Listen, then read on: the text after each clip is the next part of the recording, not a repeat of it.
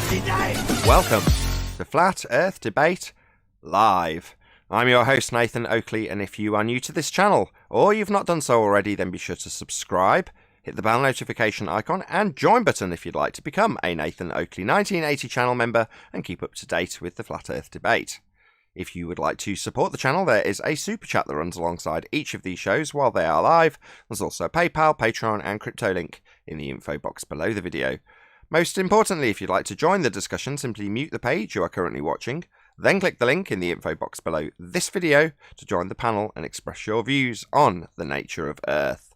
If you do join, please don't swear. If you do, you'll be ejected, and if you are, please don't try to rejoin the stream using sock accounts. You'll be warmly welcome back on the next stream. Please also share the show on social media. Sharing the show obviously increases the live audience, but this in turn increases the chances of a more diverse panel, so please share the show on Facebook and Twitter.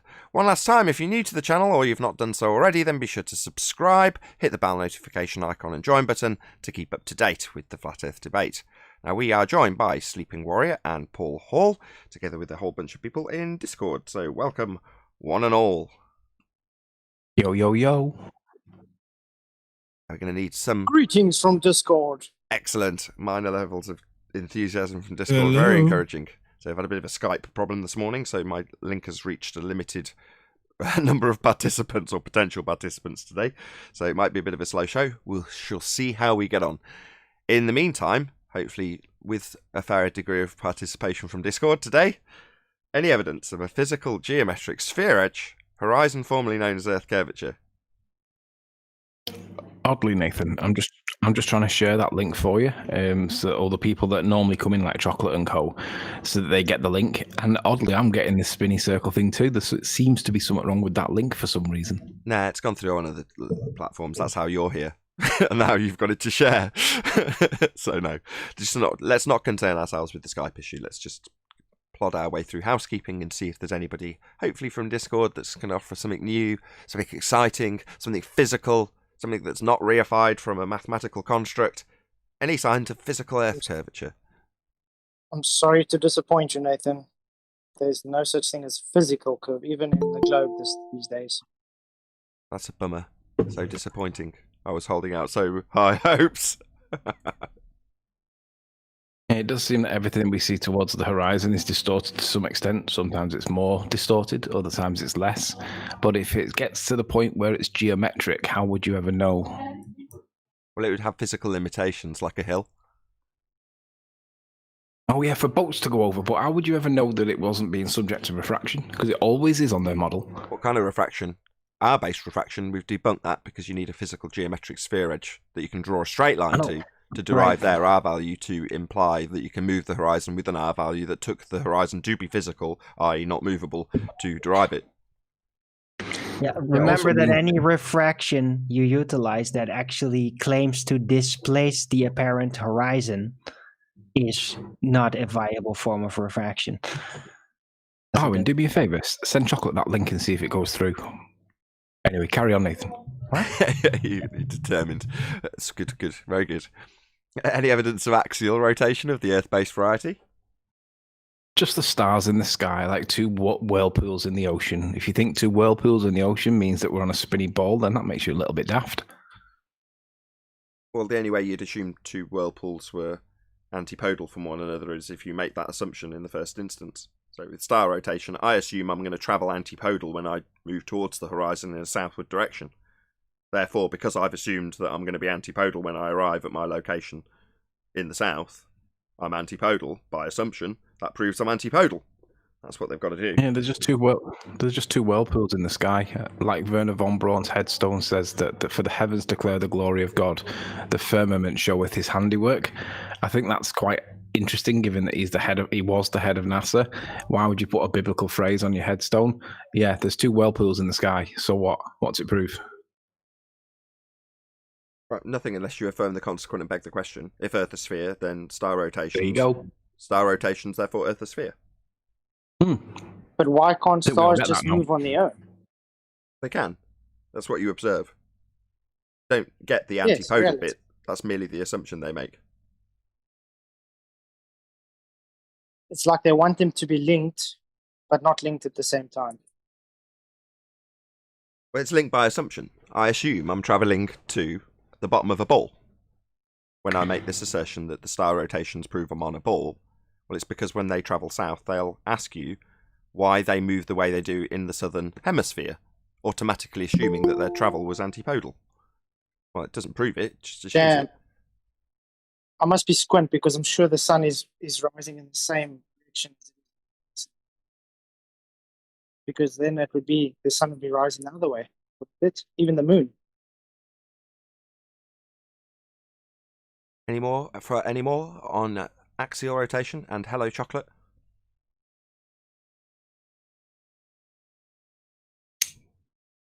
Nothing's moving. Can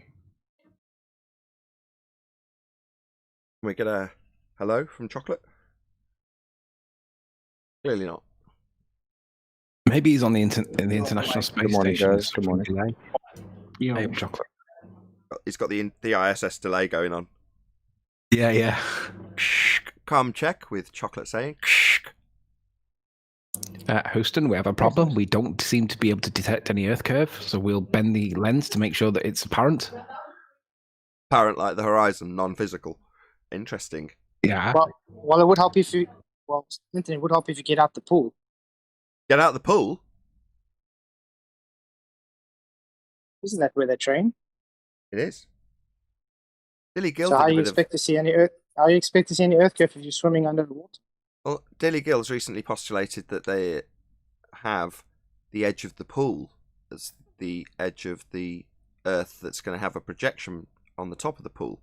Now, this is a very old technique that he's describing that has apparently been used elsewhere, but I was completely unfamiliar. I mean, I'm aware of rear projection technology in terms of cinematography, but I wasn't aware of, rear projection on the top of a pool. That's pretty out there, right? But that's what he described. Check it out. I think it's his most recent video. Dilly Gill, Dillyggill. So check it out. I'd like to get some people's opinions on it, just because it's a technology that certainly isn't familiar to me beyond the projection itself. But, wrapping his head around it when he showed the orientation, you're like, yeah, I can see how that could be it.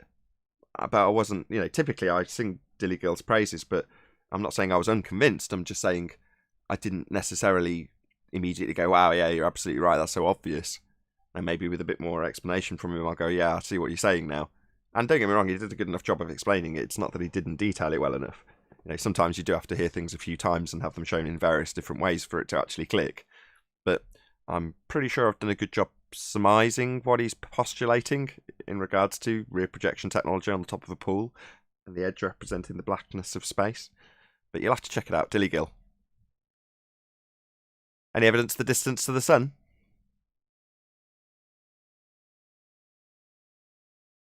There's no evidence. There's no consensus in science that the sun itself is either physical or gaseous or fusion based.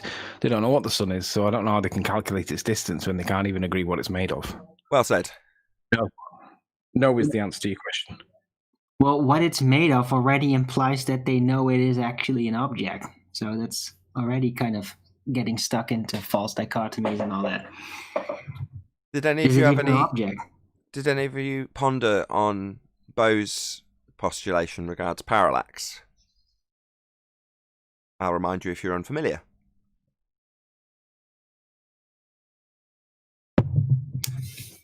No? Nope. Go on then. Well, given Remind I us. don't know if you were all going to say, yeah, I think it's absolutely awesome. I just don't know. Clearly not. So the idea is, given the assertion that we're on a rotating body and that we have distances to the lights in the sky that are varying, then in the same way, if you're on a moving train and you're looking at a platform whiz by because you don't stop at it versus the mountains in the background, one moves very quickly, one moves very slowly. Well, that notion doesn't play out in terms of the daily movements or nightly movements of the stars. There is no parallax. But there should be. Now, the demonstration that was provided by Bowe was Saturn and Jupiter, and showing where there's no parallax throughout a night, but you can all picture what a time-lapse of the stars looks like, I'm certain of that. And there isn't any parallax, right? So, there should be, and there isn't. And that's basically it. any opinions just off the top of your head since hearing it for the first time or not, or having pondered it when you heard it yesterday or the day before yesterday or Friday? Right. So parallax basically has to do with some kind of triangulation process, right? In an indirect sense. So they can triangulate it into an object in a specific location based on a presupposition. Is that it? They should be moving at different rates. The stuff that's closer should move slowly. Should move quickly, my bad. And the stuff that moves slowly should be in the far distance. That's how it should be.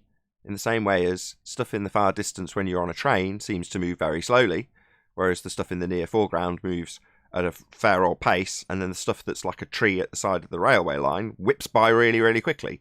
Well, the difference between them is parallax, and there isn't any. With what exactly? With the stars. They're all moving the same, right? Well, they should all be moving at differing rates based on their differing distances. Especially as some of them are right. massively different. Yeah, of course.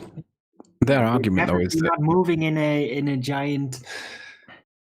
giant cosmos where every star has a specific different distance and all that. Yeah, because the star heaven never changes. It's like a big painting folded around us, and it doesn't change. Like maybe the certain stars become intenser or stop, but it doesn't shift. The stars never move in relation to one another. Throughout the night, it's like there's a cog that clicks over, and then the following night they're in a slightly moved forward position. But it's very much a more a digital movement versus an analog movement. So it clicks over, and then the following day they're in a slightly different position as they move round in unison.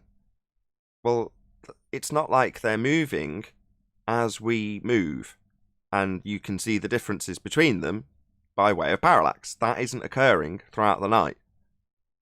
Yeah, Nathan, to get around that, they say that the stars are that far away that there is no parallax because they're that far away. But the problem with that is they then violate the inverse square law with the intensity of light, because these stars must be bloody gargantuan at the side of the covered. distance. They've got that covered. Claim, yeah. No, stop. Tycho Brahe's got that covered with his objection that they would be astronomically big. What do you know they are? Yeah. So that's not a point. That's what I'm saying. The distances, vast or otherwise, would show a difference. Yeah, I agree. But they say it's that far that the difference is minuscule. Sure, I mean, we're talking like, instead of thinking a football field away, we're talking like continents away. That's how far away they are. So they say it doesn't exist. Sure. That was where the argument over the triangles came from. You can't have stellar parallax, right? And you can't. There is no stellar parallax, but they claim that there is. There isn't. They just say it's that small, you can't measure it. Well, in the case of, how do you know it's there then? Well, because in the case of Bo's example, he used those two wandering stars, otherwise known as planets, in the heliocentric system, and said, well, based on their claimed distances to them, there would be a noticeable, obvious parallax with them in close proximity as they whiz on by as we're claimed to turn underneath them. Well, there isn't any. You know, that was his example. Now, what I didn't understand is, I said to him, well, why not just that versus anything else in the sky that's considered much further away in their model? And he did give me an explanation, but I didn't fully understand why. And he's like, well, no, in our local system, these are a significantly differing distance. They would show a massive amount more parallax, therefore a better example.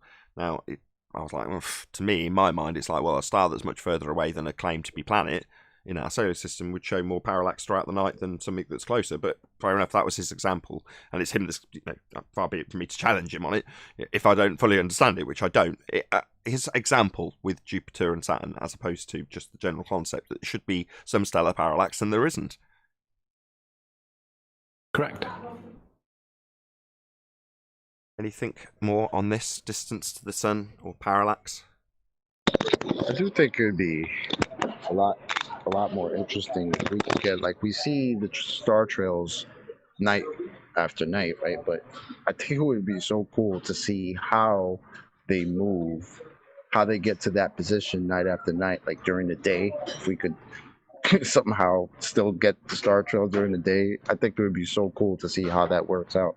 But I don't think, if it matches what we see in the night, it's not like on a Swiss watch where the hand moves in a linear fashion.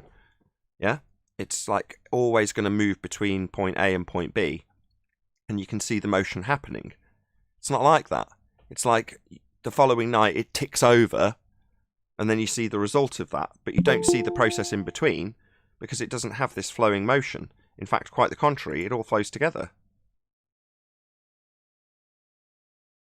You're not seeing a gradual change throughout the night of what we will end up with the following night. That isn't happening. Right. That's what I'm saying would be so cool to see, that the gradual change, that ticking over that you're calling it. That's what I would love to see. Like, how does that happen? Sure.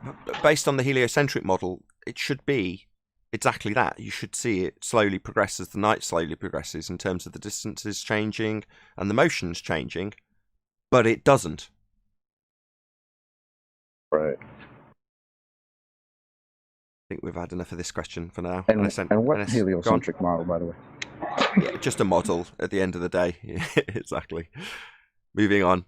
Any evidence that you can have? A model that they can't predict, can't show. Yeah. Well, models are just models, right? How are you supposed to show a model in physicality? You can't. You have to reify it, which is exactly what they do. Next question. Indeedy. Any scientific evidence of gravity?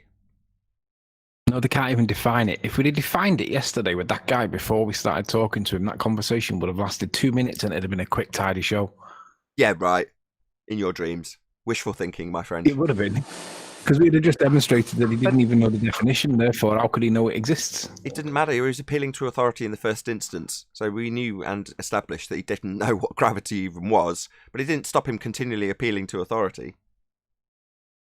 It has to be, from now, we need a rule in future that every time a blurther talks about gravity, we ask for a definition first. It has to be the first question. Well, now they're spewing to me always, it's natural law. Gravity is natural law, so you don't have to prove it. Oh, right. Well, No. Hold up. I thought Rumpus said we made up natural laws. No, natural laws describe something that occurs always, so if it's occurring always and you've got a description of it, yeah, you can call it a natural law. Just a description of the a problem phenomenon. is, though, You the got problem is, to I know we have a problem, though, because if they're going to now claim that gravity is a natural law, A, they're redefining science and therefore disposing of Einstein, which is a bit of a problem. I'd like to see you present something to, what is it they always say, nature, and see how that goes. But secondly, if they're going to do that, that also means that I've got a claim on the table where I demonstrate the manipulation of something that caused an object to accelerate. So therefore, it wouldn't be a natural law, would it? It's something that is testable by science. It is repeatable. It is verifiable. So that would negate the argument that it's a natural law because it's demonstrable. Oops. Anybody on Discord want to claim gravity so we can see how well Anthony gets on by just merely challenging you to define it? Rems has. He's on Discord. Go ahead. Anybody just say, yeah, of course gravity's real. That's all we need. And then Rems, you there? I guess he's not talking now. The other day, me and him were talking with another guy called Puppy, and they said gravity is their container. That they also answer the next question too. So number one is this is why we need a definition for gravity, because in current physics, gravity cannot be a container. It's a conceptual medium bending by the uneven distribution of mass. So that isn't a definition of container. It doesn't have gas Remember pressure, how right? they used to tell us that we didn't need a container? Now all of a sudden, gravity is the container. That's cute. That's They only said that because conspiracy cats realized he'd slipped up when he said, "Without the balloon, there can be no pressure." Well, we haven't got the balloon, poor but guy. we have the pressure, right? Yep. Gravity is very simple to define. Real quick, Rumpus, we've got someone new here. Rems, hold on. a moderator on this Hold on. has said so. So I don't know if he's not talking now. Okay, go ahead, Rumpus. Gravity is an umbrella term like magnetism and describes the mass attracting mass as a force in our 3D world, and the cause of it being the bending of space-time in the 4D Ramonian space that Einstein defined in general relativity. It's very, very simple. It's an umbrella term, so it can mean several things like magnetism. It's not a defined term. Hold on. Let me just describe this why. Magnetism, for instance, is an umbrella term to describe various effects of magnetism, including the force due to magnetism, and gravity is the same thing. Gravity describes the bending of space-time, and it also refers to when you say the force of gravity, you're referring to the force that is created by the bending of space-time in our 3D world. Thank you. No, Go ahead, Anthony. gravity is a defined term, and you haven't got it right. Would you like to try again, or would you like me to do it for you? No, Sorry, but I thought it is exactly right. Guys, just Sleeping Warrior and Rumpus. Hello? Getting involved. Hello, Arwin. Anybody else on Discord? Just The Sleeping Warrior definition and you're Rumpus. using is one of the terms of gravity because it's an umbrella term. You're going to talk about the uneven distribution of mass, and that's the cause of the force of gravity. And no one disputes there is a force attracting mass in our 3D world, including Brian Cox, including Musa, who actually said so. And he was referring to several aspects of the umbrella term when he said at one point it's the bending of space-time and not a force. And then he was referring to the force of gravity when he said you have to treat it as a force because it's an umbrella term describing several things. It isn't an umbrella term, it is a defined term, and you haven't given us the definition. Can I have the definition, please? If not, I'll give it you. We'll talk about is the uneven distribution of mass, but that is just one of the terms. That That's is not the the definition. cause. Give me the and that's definition. one of the umbrella terms. Give me the definition. It's not an umbrella term, it's a defined term. Give me the definition, please. The force of gravity, that's one aspect of it. The force of gravity is mass attracting mass. The cause of that force is the bending of space-time due to mass, which you're going to try and quote the Einstein one about the uneven distribution, but that'll do. It's due to the bending of space-time really. caused by the presence Not of really. mass. It's So very the simple, uneven Rumpus. distribution It's is just another defined. way Let of me do putting it for you. Gravity, I'll read it from Wikipedia because you guys like Wikipedia. It is most accurately described by the general theory of relativity proposed by Einstein in 1950, in which describes gravity not as a force, but as a consequence of masses moving along geodesic lines in a curved space-time caused by the uneven distribution of mass. That's the definition. It's not a force. No, that's the definition of the umbrella term, and then in our 3D world, that manifests itself as a force. No, it's not an umbrella term. You It's a can measure, definition. It's Anthony, defined. you can go and measure this. Go on some scales in your bathroom, and you will see the force. Oh, look, that's the force of gravity acting on me and measured by the scales of my measure bathroom. how far an So we object can is measure away it from its equilibrium. verifiably. Rumpus, sorry, Mr. scales Comment, you measure interrupted how me. far an object away is from its equilibrium point relative to its medium. They don't measure a force because mass is not a force in your model. Of course, mass isn't a force. No one said it's a force, but it causes. There is a force that masses cause, but mass is not a force. Of course, weight is a force. Mass is not a force. Weight is. Weight is the gravitational effect on mass, and that's the force that's registered on a mass by the force of gravity.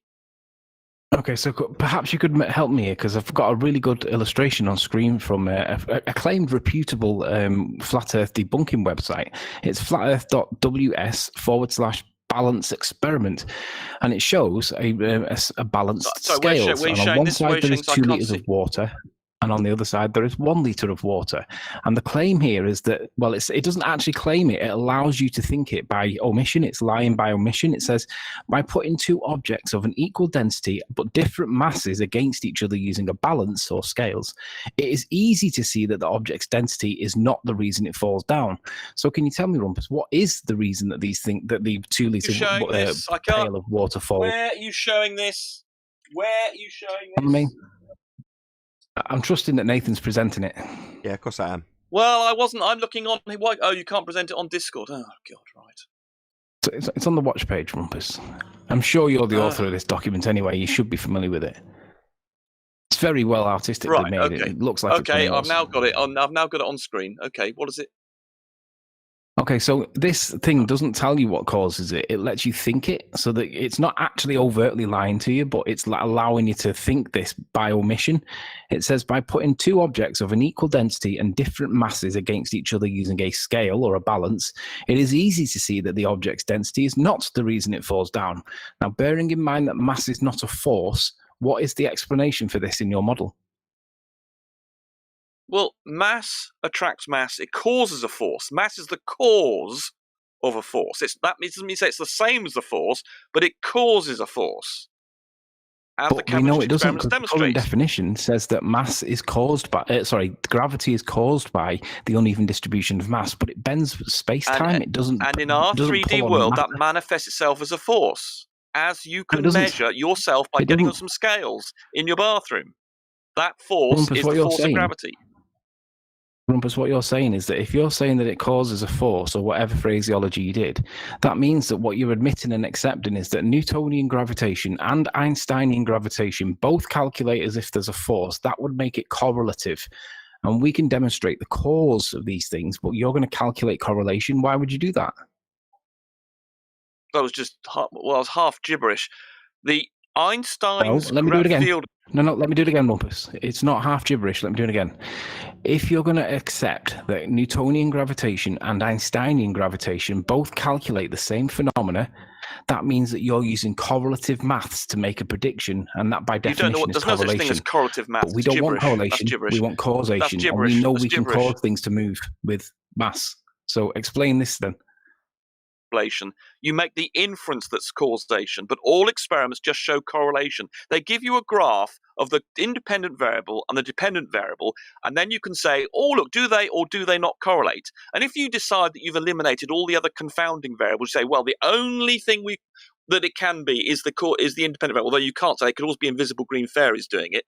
But if you prepare to eliminate the existence of green fairies and other such things, and say the only things that can be causing it are the things that we in our experiment, we've eliminated all the other possible causes, then we say, okay, we'll go with it. If we increase the independent variable and then say it's got a straight line, you increase it by, and the dependent variable changes by a straight line, you say, oh, look, when I change the independent variable, the dependent variable changes. Okay, that correlates. Okay, because we've done a good experiment, unlike your moonlight one, we'll say that there's a link between the two, and we'll say that's the cause. But it's always conditional. You'll never know for a fact. For a fact, it could always be invisible green fairies. So I've forgotten where we're going with this. The problem is you're denying the effect of the independent variable, because the experimenter manipulates what he thinks is the presumed cause to see if it does actually cause the effect. But if he manipulates it and then it does cause the effect, then by definition within scientific method, that is the cause. But that also means that the thing that you're inferring instead cannot be the cause, because that takes it outside of scientific method into pseudoscience, and we know what pseudo means. You don't know what you're talking about. This is why you and Nathan don't understand the scientific method. No science says that is definitely the cause. All you can say is that in your experiment, you've got a correlation, and then you infer. You say, well, I've done a really good experiment, unlike your moonlight one, where you found that in fact you had a confounding variable. You had two things affecting the independent and dependent variable. So you say that I've done a really good experiment. I've tried to eliminate the invisible green fairy possible causes. So we'll go with it. We'll say provisionally, all science is provisional. We'll say that provisionally, when I change the independent variable in my experiment, I've got to change the independent variable. I'm going to assume that's the cause. I might be wrong. It's always provisional. All scientific experiments are provisional. But we'll go with it at the moment until someone else comes up with another experiment to show that, in fact, my independent variable was not the cause. It was affecting something else which was cause, just like in your density experiment, because if you're trying to measure, it's gravity that causes those effects, but you can affect it with a confounding variable. So it's always provisional in an experiment. You never say in science that is definitely the cause. You say it's provisionally the cause as an inference from the correlation you get between the graph of your independent and dependent variables. By definition, if you manipulate your independent variable, that is the cause. Now, if you say that that's correlative because it's a correlation with something else, that means that you're posing a new hypothesis where you can bring in a new independent variable, which you can then test to see whether or not your claim of a correlation is true.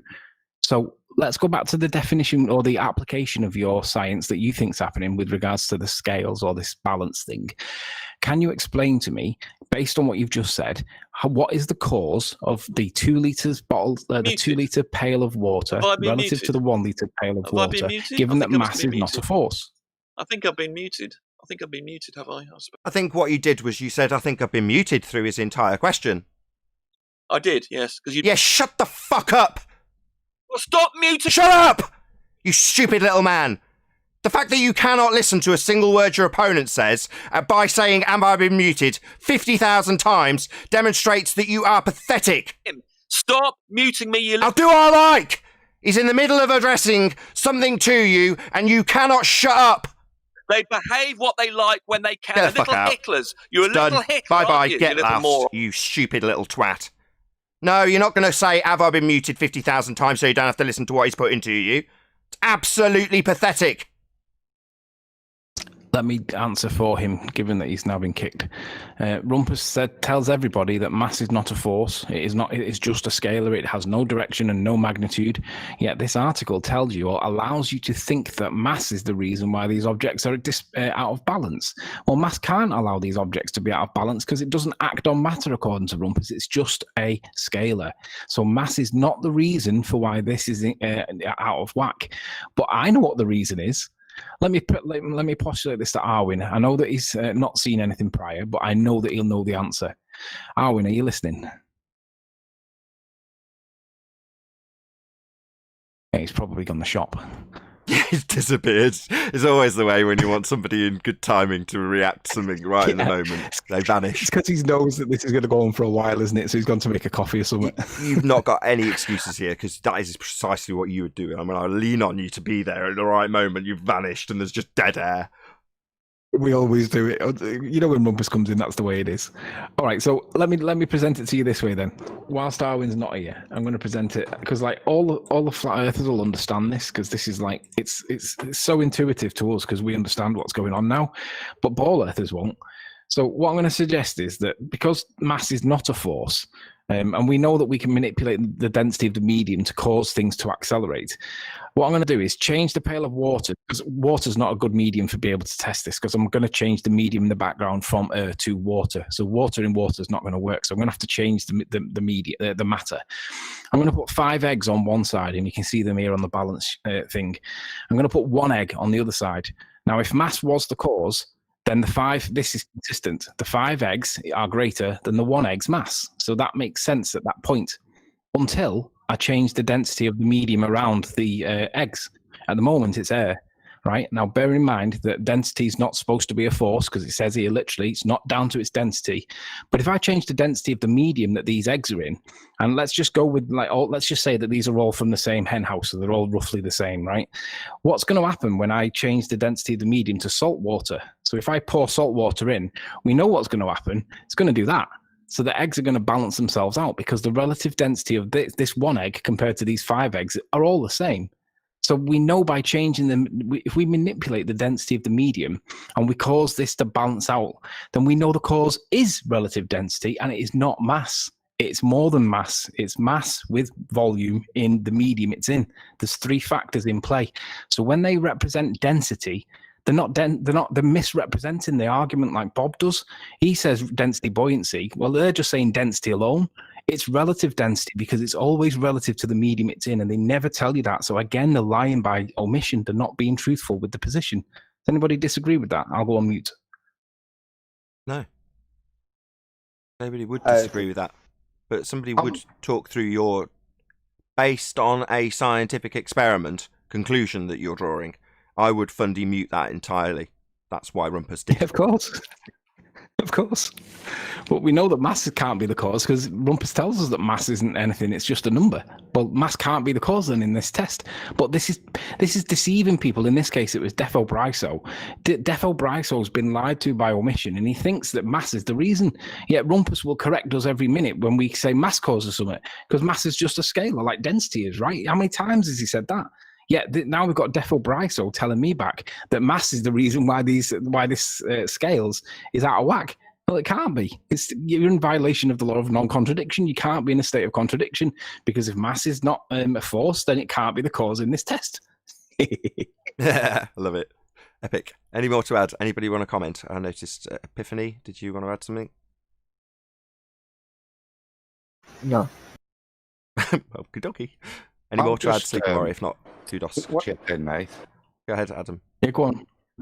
Just it says it's nothing to do with density, but density disequilibrium. But forget the beam and that's creating a rest. Isn't there a density disequilibrium between the bucket full of water and the air? Yeah. Yeah. That's the reason why they're going down, but they say it's mass. And then those differences are constrained by the beam, and therefore Correct. A rest is caused, and it's based on. I'm lost as to why you could claim that's got nothing to do. I mean, I like your analogy, and I do have a question. Swap the eggs over, so there's 5 on one side and 1 on the other. Would it go the other way because you've got more uplift, because you've got 5 times the uplift, or do they all just sit level? That's my only thing I'm not sure I can answer that. I can answer that. Let me go back to my my previous video, because I had a really good demonstration of this where I didn't do it real well, but I think you'll understand and accept that the way that I demonstrated this was just so true. Let me just flick to this. It's going to take me literally 30 seconds to get there, so just bear with me. Well, while you're doing it, I'll shout out a super chat. So shout out to Julio Pamon, who says, Sleeping Warrior loves eggs. Sleeping Warrior what? Loves eggs. Yeah. This is the one. Are you watching, Meekin? Yeah. So in this video, I needed something I could move. So I got Bob's face and I used it as an egg because it was better than an egg because it was all about Bob. So what I did was I shrunk Bob down as if he's an egg. I put him into the medium, and you can visualize what would happen if you applied a force up to let go of it and then let go of it, or down to let go of it. It would return back to its normal position. But that relative mass, as long as the relative position is the same in terms of the egg, it could be 1 egg or 10 eggs. The relative density is the same for the 10 eggs. They're all going to sit there like these, where is it? Or the beads, see these beads? All these beads would represent 10 eggs in a line. So long as all the eggs are in roughly the same density position, because they're all roughly the same size, they will all sit in the same position, roughly, give or take. Now, if you've ever seen that one where there's like lots of bubbles that are all in this waxy stuff and they're all at different heights, it's because they're all got slightly different relative densities in the medium that they're in. But if you assume that all the eggs are all the same density, then there's not going to be a gross force that's 5 times 5 the amplification. It's going to be the one relative state, even though there's 5 of them, because volume plays a part, doesn't it? Do you get me? Did you have to use Bob's head? Do you have any idea how hard I'm working to stop you antagonising other people? Well, it just directly answered this question. It wouldn't be 5 times the magnitude because there's 5 eggs. It would only be the one, because the common denominator is the relative density of the eggs relative to the medium they're in. The fact that there's 5 of them is irrelevant because the relative density is the same position. Why didn't you use an egg? It just happened to be that way, sorry. Would you just use an egg? I didn't have an egg. He just rumpused over the whole comment and didn't address it. Nathan. Yeah, I know. I did that deliberately just to scorn him, even though he's got an excellent point. And it pains me dearly to do it over a bloody good point. But I will. I'll scorn it and take away all its thunder just to piss you off. I don't mind the criticism, but I'm demonstrating the point, though. The 5 eggs wouldn't have 5 times the thrust or the buoyancy force. Although in their model, it probably would. I'd have to think about that. No, it wouldn't, would it? It would be 5 times 1 rather than 5 times 1 times. Yeah, it wouldn't be 5 times 5, would it? It'd be 1. So you'd have the 5 as a collective, but they would all have the same relative density even on their model. But they don't consider density to be anything. They just consider it to be a scale. So it wouldn't work for them anyway. Well, can I say something? Go ahead. Yeah. Well, hold on. I don't get to talk very much. Well, they're like taking gains. Go ahead, Flatsword. No, I'm saying, well, they like to take relative density and call it gravity just because of its mass. That's what it is. Here's something. Remember that thermometer that I showed you? It was probably a year or so back. That the bubbles go up and down depending on the temperature, and it tells you the temperature of the bubbles. I can't remember the name of it. Yeah, the Galileo thermometer. Neil, put yourself on mute. Think about this. Neil, can you mute? Neil. Sorry, Paul. You're getting spoken over. There he is. Right, carry on, Paul. Sorry. The cause of that would be the temperature, technically, that would cause the bubbles to rise and fall. If you think about it. Oh yeah, because it is changing the density, but it's actually the temperature that's the cause. Yeah, we see a good example of that with the plimsoll line, don't we? We see that temperature changes the density of the water that boats float through as they're going from the north in England down to the Bahamas when they drop off their tea. The temperature changes the density of the water and the boats appear to be more sunk into the water. They haven't got heavier as they got over there. The water's got warmer and changed the density of the medium around it. But that would be an independent variable that you could manipulate to prove that it's the temperature. That's a really good phenomenon that we could observe. But we already know that. The plimsoll lines are done. Could I say something on the matter? Absolutely. Go on. I think before you do, hold on. Sorry, I think Paul did want to get a word in though. Before you do, go ahead. Okay. Paul. Oh yeah. Sorry, Paul. No, that's it. I was just saying is like if you're talking about the cause of something, and the boat and the thermometer, it's the temperature that's the cause, not gravity, technically. I see where you're going with that. No, the measuring device isn't the cause. No, but I see where you're going. No, the change in the measuring device. You're changing something to cause the measuring device to change. That's what I'm talking about. It's like the boat.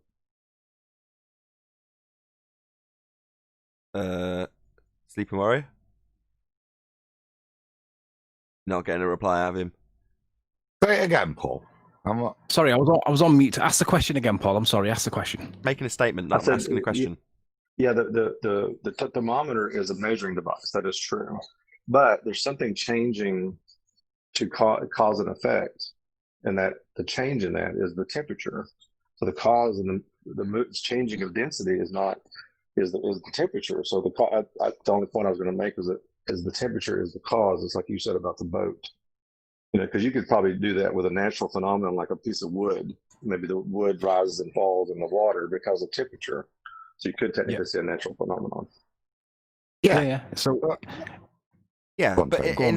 in Anthony's experiment, hold on, just to clarify what Paul said. Now I've understood. I know you wanted to too, but it would be considered a constant variable, the temperature, because it has an effect on the density of the material that the salt is suspended in Anthony's example, but it would just be considered a constant because it's not being varied. Actually, I'd call it progression, Nathan. You could start with a basic experiment where you varied the temperature, and you could make the scientific conclusion that temperature did have an effect on this thing, and you could investigate further as to why temperature is affecting. You could do experiments to see how temperature affects affects density, and then draw conclusions there with more and more experimentation. So, to me, I don't see that as anything other than a initial step to refine your understanding. No, I was just going to say to, unfortunately, before you do, the logo over it. Hold on. Sorry, Anthony, can you hear me? Hello. Just before you do, Brian wanted to add one more point just before you get onto this. I've got you presented when he's finished. No, I'll leave Anthony go ahead. I'll speak after. I was going to speak on the whole thing with Rumpus there. So I'll speak after Anthony. No worries. Okay, yeah, that's fine if it's colour commentary about the situation. Do you want to represent your screen, Anthony? Sorry. Yeah, you're going to have to... I want to find the original thing, though. Just give it... I need 60 seconds, so somebody give me some fill for a second. Dun, dun, dun, dun, dun, dun, dun, dun. Dun, dun, dun, dun, dun, dun, dun, dun, dun, dun. Dun, dun, dun, dun, dun. No? But I'm Shout out to Alex Trebek, he died. I'm hoping I can find the link that gives the definition for what Nathan, like, it's just a bit of a dig at Nathan. What he was saying there about the variable, that something that is changing, but you can't control it with the temperature of the ocean or whatever, that would be a control variable, because it is something that's changing something, but you can't control it. And it can't be the cause unless you manipulate it. You've got to manipulate that independent variable. So I'm just going to try and get the definition for him so that we can see it on screen and discuss it. Constant variable, control variable, same thing. Just so you know. Okay, are you saying you can't control temperature? Yeah, not in the ocean, no. Not in the ocean, right? But I mean, you can in a laboratory environment. Yes. Yes. Well, that's what you do with your experiment. You put it under controlled circumstances, correct? So what you could say is, like, the ocean warms by the sun during the day, and that seems to correlate with boats getting more and more heavy looking and that would be an adequate correlative prediction, right? And you could calculate the effect, and you could claim that whatever you want, you could use the mass for gravity so long as it matched the observation. It's only when you do the test that's when you prove the cause and the effect. But Rumpus doesn't like proving causes and effects because it stops him from inferring other causes. Well, we know the definition of the cause is the independent variable. It's only the one that you manipulate. It's not the one that somebody else infers. So the invisible green pixies within scientific method are excluded. Yeah, it kind of wangles his way through with trying to sound smart. Okay, right. If there's no more evidentiary or anything else based commentary on this, Brian, did you want to make your point? And then we might move on with housekeeping. Yeah, there was two things I wanted to say concerning Rumpus. The first thing is going to be kind of an obvious thing concerning what I would have said to him when he was there. The second thing I want to ask you to tell me why I'm asking it. So the first thing is, Rumpus had a lot to say about the scientific method for somebody who is trying to push a narrative called gravity that there is no hypothesis or hypothesis test for. He needs to produce that, or else go away with that claim. That's number one. Number two, I want you to tell me why I'm asking this. And I think this is very, very important. Very, very, very important. I want them to prove mass exists.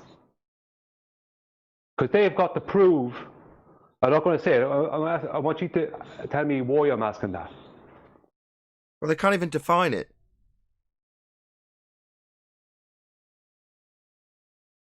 Yeah, but why is it important that they prove it exists? Why are you asking that, Brian? Why are you asking that? I want you. Okay. Very simple. They need mass to exist because in their narrative, on the moon, my mass is the same, but my weight is different. So what they're claiming is that if I pick up a 10 kg weight, I'm picking up a 10 kg mass. But I'm still picking up a 10 kg weight. Mass, when they're trying to take mass and weight and separate them, what they're doing there is they're allowing themselves the begging of the question for gravity. So they have to prove, basically what they have to prove is that mass is not weight. How did they prove that? All they can do is claim, well, no, on the moon they start everything. They can't prove mass. What they're trying to claim as mass is not the same as weight in certain circumstances. Mass exists. Brian, wouldn't it be better just to ask what is mass then? No, because it's better that they prove it actually exists. Because that means they have to prove that weight and mass are different. And how do they prove that? The only way they can prove that is with their gravity. So it's over there and then. Yeah, James Richards from the chat is saying the same thing. What is mass? Yeah, spot on, James. Thanks for the super chat. That was my point, but you're saying no, they must show it's real.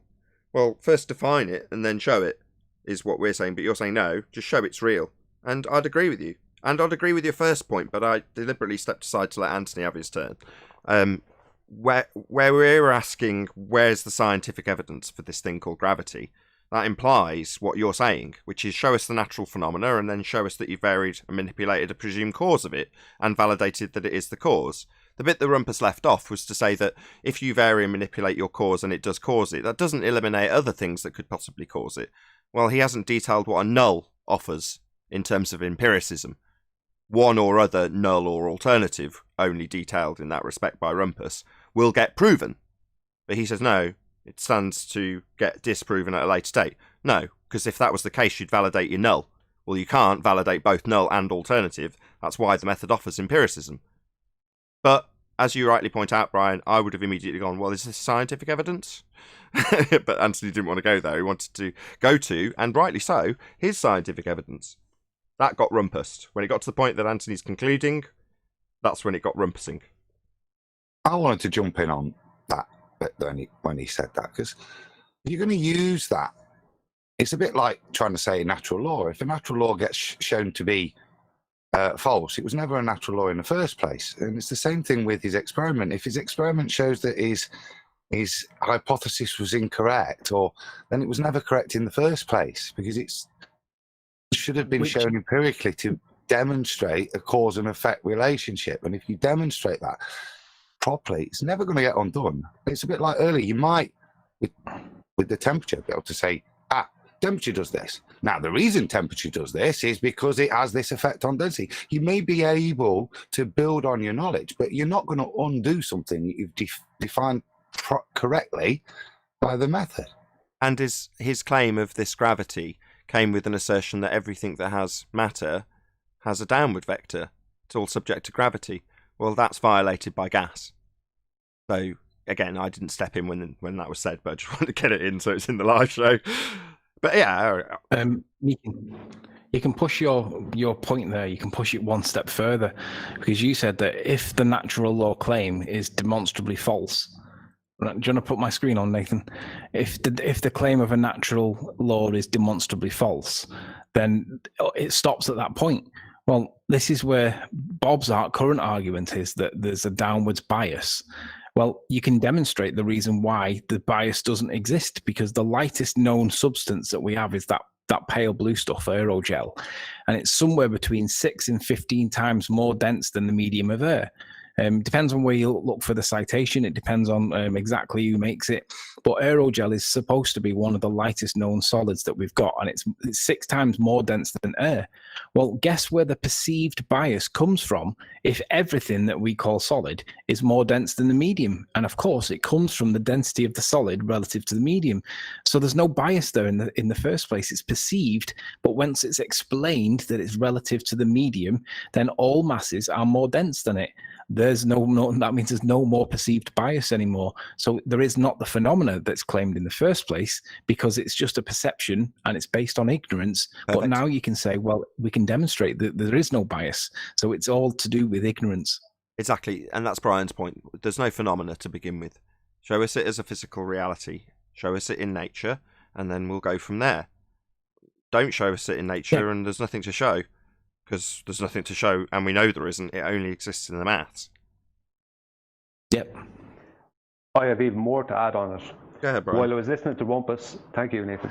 While I was listening to Rumpus, what he did was he mutated or let's just say he poisoned the well of the scientific method to try and character assassinate anything Anthony showed, whether it be with the egg with density, or when Anthony, he kept on bringing up Anthony's moonlight test, right?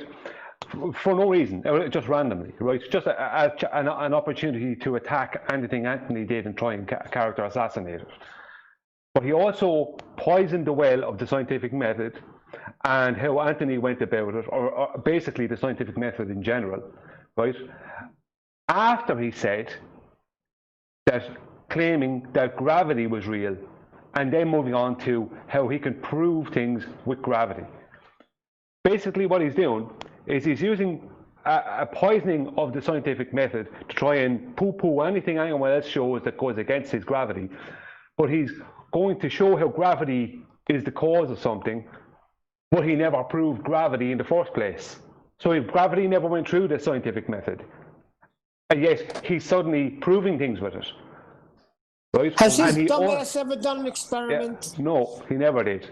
And what he also did, and what he was also at as well, was I'm have to start losing my train of thought. I'll have to come back to it. But sorry, I just lost my train of thought now. Well, while you pick up your train of thought, Brian, I'll read out James Richards' super chat. I'll slightly paraphrase what he's put. So, gravity doesn't meet any of the standards of the scientific method.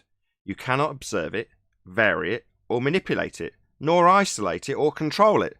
If somebody denies that, tell them to demonstrate any of them. Absolutely spot on, with a mild bit of modification from me, James Richard. My apologies. I shouldn't really be modifying super chats. But there we go. I'm going to do it anyway, just so it makes contextual sense. Anyway, thank you very much for the super chat, James Richards. Hopefully I've bought Brian enough time to gain his train of thought. And in the absence that he hasn't yet, let me just defend Rumpus a little bit. Rumpus was correct to criticise my moonlight test, because I used the thermal imaging camera to detect moonlight and its effect on a shadow.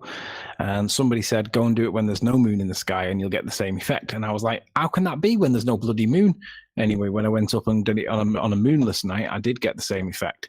So his criticism is correct, but the reason why he's correct is because I failed to manipulate the presumed cause. I didn't manipulate the moonlight to prove that it was correlative only. So I was observing something, and I made based on the results, I made the logical conclusion that it was caused by the moon. And then when someone said, go and do it on a moonless night, and I realized that I got the same results, I realized that, yeah, it's because I didn't manipulate it to prove that it was the cause. I just correlated, which is the exact fault that the ball earthers do all the time. So on the one hand, he criticizes me correctly, but on the other hand, he doesn't apply it against himself. And they correlate everything. They correlate all the gravitational test things. They measure everything, but they never manipulate the cause to prove the cause and effect relationship, because little green pixies could do it instead, he thinks. Or in this case, they haven't even got an effect. Yeah. the effect exists only in maths, the conceptual medium of space-time bending. I noticed how he also left off the word pseudo, just called it Romanian space. Left out and pseudo. Did you notice as well when I asked him, why is it that... Did you notice as well when I asked him why is it that if he calculates the effect with Newtonian or Einsteinian that makes it correlation? Now, given that I've just said that my immune test was correlative because it did look that it was being caused by, so I did correlate it at the time wrongly, yet he won't accept that when he calculates it using two different sets of maths, that makes it by definition correlative. He doesn't accept it when it's applied against him, but he's quick to point it out when it applies against me. Difference is I can accept it, he won't accept it. Chris Berry says from the chat, or from a super chat, I asked a chef if he knew what gravity was, and he said yes. Reached onto the shelf, grabbed a spice, and said, it's space-time. Ba-ding. Space-time. Space-time. Thanks for the super chat, Chris. Really appreciate your support. We rattle through the last few housekeeping questions while we're still live. Yeah, go on. Any evidence of any single viable hypothesis from any of the fields of astronomy, cosmology, or astrophysics? Well, this actually just comes back to what Brian's point was for Rumpus. Yeah, if you want. Go, Flasor, go! No, I said this just comes back to what Brian's question was for Rumpus. If you want to prove it's science, you would be able to give a hypothesis. You'd be able to experiment. Perfect. Any evidence that you can have gas pressure without the necessary antecedent of a container to press upon? Well, why? The body why of science? Why do when they want to claim to weigh gas or measure gas, they need containment? This gas expands in all directions. To fill the availability of volume. I kind of miss the old rumpus that will come in and say the body of science proves gas pressure without a container. Maybe he took that hat off. Put down the incense, if you know what I mean. The body of science. Well, the body is a container, so he's done there. Yeah, today he came to convince us that, well, even if they prove something with science, it still stands ready to be disproven by someone else at a later date. Yeah, a few years ago, if I've got the body of science to assert, then that means it's true. But meanwhile, someone else might come along and disprove it. No, he just had pseudoscience. Science, on the other hand, is empirical. It validates the cause of a naturally occurring phenomena if you vary and manipulate that which you assume caused it, and it indeed causes it. In the process, you'll also formulate something he failed to mention, something called a null hypothesis, which is the antithesis of your prediction. So if you say the cause is A and the effect you're studying is B, your alternative, which was described by Rumpus, is if A, that would be the variation of your presumed cause, then B, the phenomena you think will be caused by it. Well, the null is if A, not B. So you think you know the cause and you vary it, and it doesn't cause it, far more likely, let's be honest, to occur. Well, at the end of the process, that would be the actualization of a hypothesis, otherwise known as an experiment. You will validate either the null or the alternative. So one will be proven at the end of that process. So the only point in doing the process is to prove your hypothesis. And at the end of it, you will prove, or in the case of if you're looking at the antithesis, disprove your hypothesis. So if you prove your alternative, you disprove your null. And if you prove your null, you disprove your alternative, offering empiricism to the method. With that, I'll say if you are watching this on either Nathan Oakley 1980 or Nathan Oakley Premiering streams, then stay tuned as there will be an after show to follow. Unfortunately, if you are watching this live, this is where we bid you farewell. A huge, massive, enormous thank you to all of you who smashed the super chat, liked, commented, shared, subscribed, or joined as a Nathan Oakley 1980 channel member. I've been Nathan Oakley. Stay tuned if you're watching on a Premiering stream, and I'll see you all in the next video.